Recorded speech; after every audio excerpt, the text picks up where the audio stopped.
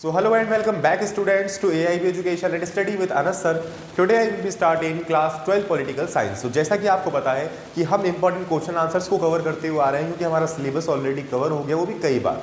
So last class के अंदर हमने एमसीक्यू बेस्ड क्वेश्चन आंसर्स को कवर किया था, जिसके अंदर उस वीडियो में हमने 21 एमसीक्यू कवर किए थे और देखा था कि आखिर किस तरीके से एमसीक्यूज आ सकते हैं, और वो जो सारे हमने एमसीक्यू कवर किए थे वो लास्ट टर्म के एग्जाम में आ रखे थे। ठीक है, सो आज की इस इंपॉर्टेंट क्लास के अंदर हम थोड़ा सा मूव करेंगे थ्योरेटिकल क्वेश्चंस की तरफ, थोड़े से समझेंगे कि आखिर किस तरीके से थ्योरेटिकल क्वेश्चंस पिछले साल आए हैं और साथ में इस साल आने के भी चांसेस बन सकते हैं। जाहिर सी बात है, कई बार रिपीट भी हो जाते हैं क्वेश्चन, बट अगर ना भी आए तो हम ये समझ जाएंगे कि आखिर किस तरीके से अपने थ्योरेटिकल क्वेश्चन आंसर्स को हम बना सकते हैं और अपने आंसर्स को बना के लिख सकते हैं। ठीक है, और हम क्वेश्चन की लैंग्वेज समझ जाएंगे किस तरीके से क्वेश्चन पूछे जाते हैं। सो स्टार्ट करते हैं अपनी आज की इंटरेस्टिंग एंड इंपॉर्टेंट क्लास को और समझते हैं हर एक टॉपिक को, हर एक क्वेश्चन को काफी brief, best and short explanation के साथ। So let's start.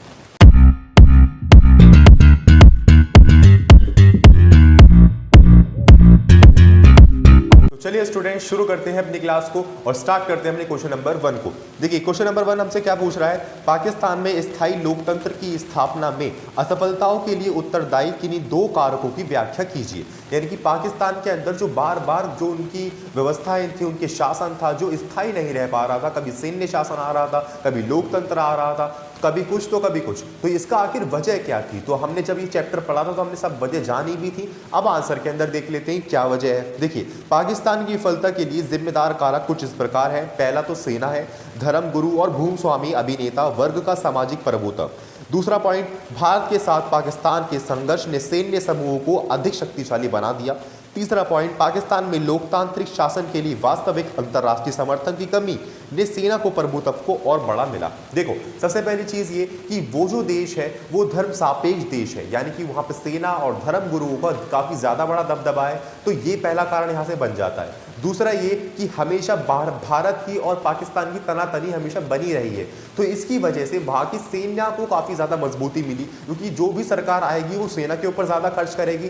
Then after वहां की जनता ने भी ये सोचा कि हमें सेना संगठन की ज्यादा जरूरत है, तो क्यों ना इनका ही शासन लाया जाए। तो कुछ समर्थन में थे तो कुछ विरोधी थे, तो अल्टीमेटली कंक्लूजन यहां से ये निकला कि कुछ देशों के साथ दुश्मनी की वजह से यहाँ की सेना और भी मजबूत होती गई। तीसरा पॉइंट यहां से ये निकलता है कि कुछ अंतरराष्ट्रीय समर्थन इस देश को नहीं मिला, तो इसीलिए यहाँ की सेना जो है वो काफी प्रभुत्व में आई और शासन में आती रही। तो ये 3 पॉइंट बन जाते हैं कि वहां की जो शासन व्यवस्था थी वो स्थायी नहीं रह पा रही थी। सेकेंड क्वेश्चन देखिए, नेक्स्ट क्वेश्चन आता है हमारे पास, बांग्लादेश के संविधान की किन्हीं 2 विशेषताओं को उजागर कीजिए। देखिए बांग्लादेश जैसे ही आज़ाद हुआ था तो उसकी जो 2 संस्थाएं थी उनको हमें उजागर करना है। तो जैसा कि आप जानते हो कि उसके खिलाफ उसके साथ मिलकर भारत ने युद्ध लड़ा था और भारत ने ही उसको आज़ाद करवाया था। तो भारत जैसे ही उन्होंने अपने देश के अंदर सब चीज़ें अपनाई थी, जैसे कि धर्मनिरपेक्ष देश और साथ में लोकतंत्र व्यवस्था का देश, बट वो बाद में जाके जो वहाँ के नेता थे, जो उन्होंने अपनी संसदीय प्रणाली को हटाकर वहाँ की जो अध्यक्षता प्रणाली थी उसको अपनाया और अपना निर्वाचन राष्ट्रपति के रूप में भी करवा लिया था, तो उसके विरुद्ध में उनकी जनता खड़ी हो गई और उनका हत्या हो गई थी। तो इस तरीके से वहाँ के भी जो संस्था थी, शासन था, वो काफ़ी डगमगाया था, जो कि आप देख सकते हैं। मैंने हर एक चैप्टर की ब्रीफ एक्सप्लेनेशन दे रखी है, बट क्वेश्चन हमसे क्या पूछ रहा है कि संविधान की किन्हीं 2 विशेषताओं को हमें उजागर करना। तो पहली विशेषता ये आती है धर्मनिरपेक्षता, लोकतंत्र और समाजवाद। ठीक है, नेक्स्ट क्वेश्चन, संयुक्त राष्ट्र संघ जैसे अंतरराष्ट्रीय संगठनों की कोई भी 2 लाभों को व्यवस्थित कीजिए, 2 लाभ बता दीजिए, यानी हमें संयुक्त राष्ट्र संघ की आखिर जरूरत क्यों है। तो देखिए इसका आंसर हमारा यहां से निकलता है कि अंतरराष्ट्रीय संगठनों के लाभ कुछ इस प्रकार है। पहला, अंतरराष्ट्रीय संगठन युद्ध और शांति के मामले में मदद करता है। अंतरराष्ट्रीय संगठनों देशों की सभी के लिए बेहतर जीवन स्थितियां बनाने में सहयोग करने में भी मदद करता है। तो देखो स्टूडेंट्स, ये इतने ही पॉइंट है जितना आपसे क्वेश्चन पूछ रहा है। अगर आप एक्स्ट्रा भी लिखना चाहते हैं, क्योंकि मैंने आपको 10 बार कहा है कि जितने भी क्वेश्चन आते हैं एग्जाम के अंदर, उनको अंदर हमें कितना लिखना है वो डिसाइड करता है कि वो क्वेश्चन कितने मार्क्स का है। तो यदि यही क्वेश्चन अगर 5 नंबर में भी आ जाए तो आप ये लिख सकते हैं कि जो अंतरराष्ट्रीय संगठन का काम ये है कि बेसिकली पूरे विश्व में शांति स्थापित करना और लड़ाइयों को रोकना। तो मगर ये काम सिर्फ लड़ाइयों को रोकना ही नहीं इसका काम ये है कि पूरे विश्व में जो अलग अलग कैटेगरीज आती हैं, जिसके अंदर सुरक्षा उत्पन्न हो सकती है, जिसके अंदर कोई भी बेसिकली परेशानियां उत्पन्न हो सकती हैं, उन सभी के ऊपर ये काम करता है, उन सभी के ऊपर इसने अपनी शाखाओं को निर्वाचित कर रखा है। जैसे कि शाखाएं हमने जान रखी हैं इसकी ILO, UNO और साथ साथ इसकी बहुत सारी शाखाएं हैं जैसे कि IMF, world bank, UNICEF, UNESCO, वो सब चीज़ें इसकी अपनी कैटेगरी के मुताबिक, अपने मोटिव क्या था मुताबिक सभी कामों को करती हैं और अपने पास एक फंड कैप रखती हैं जिसकी ज़रूरत पड़ने पर वो यूज़ भी कर लेती हैं। तो इस तरीके से UNO का काम सिर्फ लड़ाइयों को रोकना ही नहीं, इसका काम और भी चीज़ों के अंदर शांति स्थापित करना है। ये आपका कोई दूसरा क्वेश्चन भी आ जाएगा तो ये उसका भी आंसर यहाँ से बन गया। ठीक है, नेक्स्ट क्वेश्चन। तो देखिए, द्वितीय पंचवर्षीय योजना का मुख्य योजनाकार कौन था? द्वितीय पंचवर्षीय योजना में किस बात पर बल दिया गया था? इंपॉर्टेंट क्वेश्चन है। तो देखिए, दूसरी पंचवर्षीय योजना का जो योजनाकार थे उनका नाम था PC महालनोबिस के नेतृत्व में तैयार किया गया था ये योजना, और इस पे भारी उद्योग पर जोर दिया गया था। तो जैसा कि आपको पता है कि हमारे देश के अंदर जो पंचवर्षीय योजना है वो एक रूसी मॉडल है, यानी कि हमने जो ये व्यवस्था अपनाई है वो रूस से अपनाई है, यानी कि हर 5 साल बाद अपनी व्यवस्था के ऊपर प्लान करना, यानी कि कैसे क्या ग्रोथ करनी है, इक्विटी प्रोवाइड करनी है, स्टेबिलिटी, मॉडर्नाइजेशन और भी बहुत कुछ, किस तरीके से हमें मेंटेन करके चलना है। तो अब पहली हमने अर्थव्यवस्था जो अपनी अपनाई, पहली अर्थव्यवस्था की जो हमने प्लानिंग करी उसके अंदर हमने ज्यादा जो ध्यान दिया वो एग्रीकल्चर सेक्टर के ऊपर ध्यान दिया। देन आफ्टर जब सेकंड अर्थव्यवस्था की बारी आई, सेकंड अर्थव्यवस्था की प्लानिंग की बारी आई, तो हमने अपने इंडस्ट्रियल सेक्टर के ऊपर ध्यान दिया, क्योंकि इंडस्ट्रियल सेक्टर की हमें बहुत ज्यादा जरूरत थी, क्योंकि अंग्रेजों ने हमें एक्सपोर्टर की बजाय इंपोर्टर बना दिया था और हमारी सभी रिसोर्सेज को डिस्ट्रॉय कर दिया था। तो इसके योजनाकार थे PC महालनोबिस। ठीक है, नेक्स्ट क्वेश्चन। राजनीति में दल बदल शब्द के अर्थ की व्याख्या कीजिए। यानी कि जो हमने चैप्टर पढ़ा था राजनीति के अंदर दल बदल, यानी कि आयाराम गयाराम, ये एक जुमला है ना, ये इसी का ही व्याख्या करनी है हमें। अगर आप ये जुमले आपको याद हैं, अगर आपने ये लिख दिया तो एग्जामिनर पे काफी अच्छा प्रभाव पड़ेगा, उन्हें पता चल जाएगा कि हाँ भैया बच्चे को आता है, बच्चे ने पढ़े हैं सब चैप्टर्स। तो इसी तरीके से यदि कोई निर्वाचित प्रतिनिधि उस पार्टी को छोड़ जिसके चुनाव चिन्ह पर वह चुना गया था किसी अन्य पार्टी में शामिल हो जाता है तो इसे दल बदल कहा जाता है।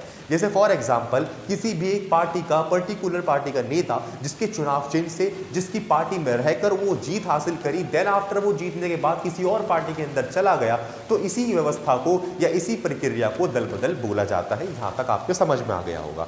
Next question.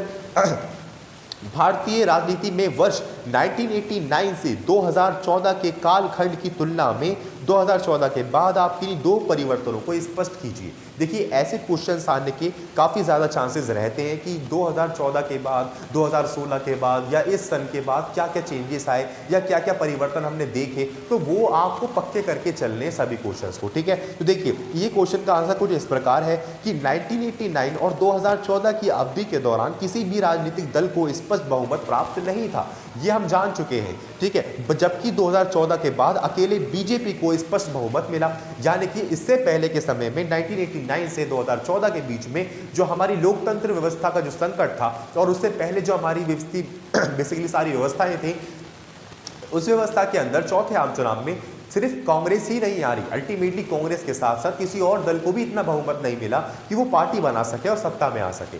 इसके बाद 2014 के बाद अकेली बीजेपी को ही बहुमत मिला और वो सत्ता में आ गई। ठीक है, किस तरीके से बहुमत मिला, पहले इनकी विचारधाराएं क्या थी, किस तरीके से इनका उत्थान हुआ, वो हम ऑलरेडी पढ़ चुके हैं। अगर आपने वो नहीं देखी तो मैं बार बार कह रहा हूँ, बहुत छोटी छोटी वीडियोज है, कोई 1 डेढ़ सवा घंटे की वीडियो नहीं है, 15-20 मिनट की वीडियो होती है। आप वहां से जाके पूरी एक्सप्लेनेशन को देख सकते हैं एंड समझ सकते हैं पूरे चैप्टर को। ठीक है, नेक्स्ट क्वेश्चन हम बढ़ते हैं। नेक्स्ट क्वेश्चन नहीं, इसी का एक पॉइंट और है कि 1989-2014 से की अवधि के दौरान क्षेत्रीय दलों ने केंद्र में सरकार बनाने में महत्वपूर्ण भूमिका निभाई, लेकिन 2014 के बाद एक ही पार्टी ने इस पर बहुमत प्राप्त किया जिसका नाम था भाजपा। क्षेत्रीय दल की केंद्र सत्ता में बने हुए हैं। ठीक है, ये आज भी सत्ता के अंदर बने हुए हैं। नेक्स्ट क्वेश्चन, यूरोपीय संघ के आर्थिक महत्व का आकलन कीजिए। यूरोपीय संघ के आर्थिक महत्व का आकलन करना है। देखिए किस तरीके से यूरोपीय संघ, यानी कि जो यूरोपीय संघ बनाया गया था वो यूं बनाया गया था कि बेसिकली जो लड़ाइयों के दौरान यूरोप की सरजमीन पर जितनी भी कठिनाई आई हैं, जितनी भी रिसोर्सेज खराब हुई हैं, अर्थव्यवस्था डगमगाई है, उसको हम किस तरीके से ठीक कर सकते हैं। मगर देन आफ्टर इसके बाद इसने बाद में जाके क्या कर दिया था, अपने यही अर्थव्यवस्था को एक राजनीतिक मोड़ देना शुरू कर दिया था। यानी कि इसने अपना संविधान, अपनी सभी चीजें तैयार करने लगा था। जिस तरीके से देश काम करता है वैसे ही काम करने लगा था। आपको इतनी भी नॉलेज है तो आप हर एक क्वेश्चन का आंसर बना पाओगे। तो देखिए इसका आंसर हमारा किस प्रकार है कि यूरोपीय संघ का आर्थिक महत्व कुछ इस प्रकार है। देखिए, यूरोपीय संघ संयुक्त राज्य अमेरिका के बाद दुनिया की दूसरी सबसे बड़ी अर्थव्यवस्था है। विश्व व्यापार में इसकी हिस्सेदारी संयुक्त राज्य अमेरिका की तुलना में बहुत बड़ी है। इसकी आर्थिक शक्ति इसके निकटतम पड़ोसियों और एशियाई तथा अफ्रीकी पर प्रभाव डालता है। ये विश्व व्यापार संगठन आदि जैसे अंतरराष्ट्रीय आर्थिक संगठनों में एक महत्वपूर्ण ब्लॉक के रूप में भी कार्य करता है। अधिराष्ट्रीय, देखिए ये जितने भी पॉइंट्स हैं ये बेसिकली किसके फेवर में है, यूरोपीय संघ के फेवर में है कि ये जो दूसरी अर्थव्यवस्था है संयुक्त राज्य अमेरिका के बाद, इसकी अर्थव्यवस्था इतनी बड़ी है कि बेसिकली कई बड़े बड़े देशों को टक्कर भी दे सकता है। इसका हर एक इंटरनेशनल ऑर्गेनाइजेशन के अंदर भारी योगदान है। तो ये सारे इसके बेनिफिट्स हैं, यही इसके सारे आर्थिक महत्व है। नेक्स्ट क्वेश्चन, अधिराष्ट्रीय संगठनों के तौर पर यूरोपीय संघ की भूमिका का उदाहरण की सहायता से विश्लेषण कीजिए। अब देखो नेक्स्ट क्वेश्चन भी हमारा किसके ऊपर है, यूरोपीय संघ के ऊपर ही है। हमें इसके अधिराष्ट्रीय संगठनों के तौर पर इसकी भूमिका का उदाहरण करना है। देखिए पहला इसका पॉइंट बनता है कि यूरोपीय संघ को एक अधिराष्ट्रीय संगठन माना जाता है क्योंकि इसका अपना झंडा, राष्ट्र, गाना और स्थापना तिथि और मुद्रा भी है। ठीक है, दूसरे राष्ट्रों के साथ व्यवहार के लिए इसके पास एक सामान्य मंच और सुरक्षा भी है। एक अधिराष्ट्रीय संगठन के रूप में यह आर्थिक, राजनीतिक और सामाजिक क्षेत्रों में भी हस्तक्षेप करने में सक्षम है, लेकिन कई क्षेत्रों में इसके सदस्यों की विदेशी संबंध और रक्षा नीतियों के क्षेत्र में अपनी हिस्सेदारी है जो अक्सर एक दूसरे के विपरीत हो जाती है। फोर्थ पॉइंट, जैसे ब्रिटेन के प्रधानमंत्री टोनी ब्लेयर इराक आक्रमण में अमेरिका की भागीदारी थे, इस प्रकार यूरोपीय संघ के कई नए सदस्यों ने अमेरिका के नेतृत्व वाले आकांक्षाओं को गठजोड़ बनाया, जबकि जर्मनी और फ्रांस अमेरिका नीति का विरोध किया। देखिए कभी कभार जो इसके अंदर देश सम्मिलित हैं उनके अंदर भी मतभेद आया, जैसे कि इसके अंदर पहले ही देश सम्मिलित था जिसका नाम था ब्रिटेन। जब इन्होंने अपनी अर्थव्यवस्था के अंदर कुछ चेंजेस लाया, यानी इन्होंने देखा कि बेसिकली हम ना अपने इस पूरे संघ का एक राष्ट्रीय गान बनाएंगे, एक झंडा तैयार करेंगे, एक संविधान तैयार करेंगे, एक सेना तैयार करेंगे, सब कुछ हम तैयार करेंगे, मगर इन्होंने एक अभिव्यक्ति के अधिकार को भी खुलापन दे दिया। यानी कि इन्होंने कहा कि हर एक देश का जो भी हमारे संघ के अंदर है वो एक दूसरे के देश के अंदर जा सकता है विदाउट वीज़ा, वहाँ रह सकता है, किसी भी कार्य को कर सकता है, बट वो लीगल होना चाहिए। तो ये बात जो है वो ब्रिटेन को समझ में नहीं आई थी। ब्रिटेन ने सोचा कि जब दूसरे देश के लोग हमारे देश के अंदर आके रहेंगे, हमारी अर्थव्यवस्था को देखेंगे, तो अल्टीमेटली वो यहाँ बस जाएंगे, यहाँ बिजनेस करेंगे, अपनी हमारी जनसंख्या को बढ़ाएंगे। तो इसी वजह से ब्रिटेन ने जनमत संग्रह करवाया, और जनमत संग्रह के अंदर जो ज़्यादातर वोट आया वो यही आया कि यूरोपीय संघ से अलग हो जाए। तो ये कारण बना था कि ब्रिटेन यूरोपीय संघ से अलग हो गया था। ठीक है, नेक्स्ट क्वेश्चन की तरफ बढ़ते हैं, क्वेश्चन नंबर 9 की तरफ। देखिए, संयुक्त राष्ट्रीय सुरक्षा परिषद के नए स्थायी और अस्थायी सदस्यों के लिए 1997 में प्रस्तावित किए गए किन्हीं 4 मानदंडों का वर्णन कीजिए। देखिए, जैसे कि हमको पता है कि जो हमारे इंटरनेशनल ऑर्गेनाइजेशन है, यूनाइटेड नेशन ऑर्गेनाइजेशन, इसके अंदर ज़्यादातर जो अमेरिका का हस्तक्षेप देखने को मिलता रहता है, और इसमें स्थायी सदस्य सिर्फ 5 ही हैं और अस्थायी सदस्य बहुत सारे हैं। सुरक्षा परिषद की बात करें तो 10 अस्थायी और 5 स्थायी। तो ये कुछ मानदंड निकाले गए क्योंकि जो विकासशील देश थे उन्होंने बोला कि ऐसे तो कोई इसके अंदर बड़ा पार्टिसिपेट कर ही नहीं पाएगा, क्योंकि अस्थायी देशों का हर 2 साल के अंदर चुनाव होता है। तो ये बार बार ये कंडीशन आने पर इन्होंने अपने अंदर कुछ चेंजेस लाने के लिए सोचा। इन्होंने बोला कि स्थायी सदस्यों के अंदर सम्मिलित होने के लिए ये कुछ मानदंड है, अगर किसी के अंदर ये होंगे तो हम उसको स्थायी सदस्य बना देंगे। तो वो मानदंड के अंदर हमें कुछ व्याख्या करनी है कुछ मानदंडों की। देखिए, नए सदस्यों के लिए मानदंड, पहला प्रमुख आर्थिक शक्ति, प्रमुख सैन्य शक्ति, संयुक्त राष्ट्र संघ के दल बदल, संयुक्त राष्ट्र संघ के बजट में पर्याप्त योगदान होना चाहिए, बड़ी जनसंख्या वाला देश, मानवाधिकार व लोकतंत्र का सम्मान करने वाला देश।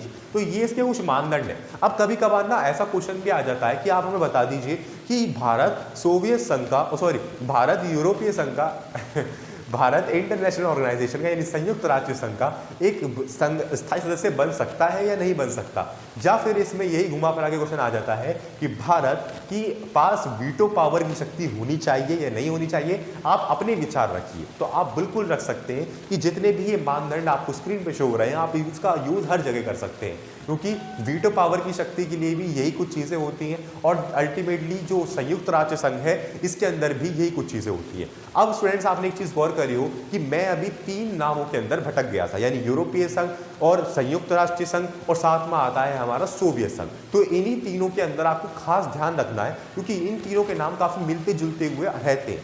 अब क्वेश्चन में ये पूछ ले जाए आपसे कि यूरोपीय संघ के 5 अंगों के नाम बता दीजिए, और आप सोवियत संघ के बारे में लिख लाओगे तो उसका कोई फायदा नहीं होगा। ठीक है, तो आपको ध्यान रखना है यूरोपीय संघ की बात हो रही है तो क्या लिखना है, सोवियत संघ की बात हो रही है तो क्या लिखना है, और संयुक्त राष्ट्र संघ की बात हो रही है तो क्या लिखना है। आप कुछ चीजें अपने दिमाग के अंदर कंक्लूजन या एक ड्राइंग तैयार कर लीजिए कि यूरोपीय संघ की बात हो रही है तो क्या मेरे दिमाग में इमेज बननी चाहिए, यूरोपीय संघ की बात हो रही है तो क्या इमेज बननी चाहिए। इसी तरीके से हर एक संघ की आप अपने दिमाग के अंदर एक ड्राइंग तैयार कीजिए जिसके अंदर आप एग्जाम में अच्छा स्कोर कर सकें। ठीक है, ये भी समझ गए हम। क्वेश्चन नंबर 10 की तरफ बढ़ते हैं। देखिए, मानवता की सुरक्षा प्राथमिक लक्ष्य क्या है।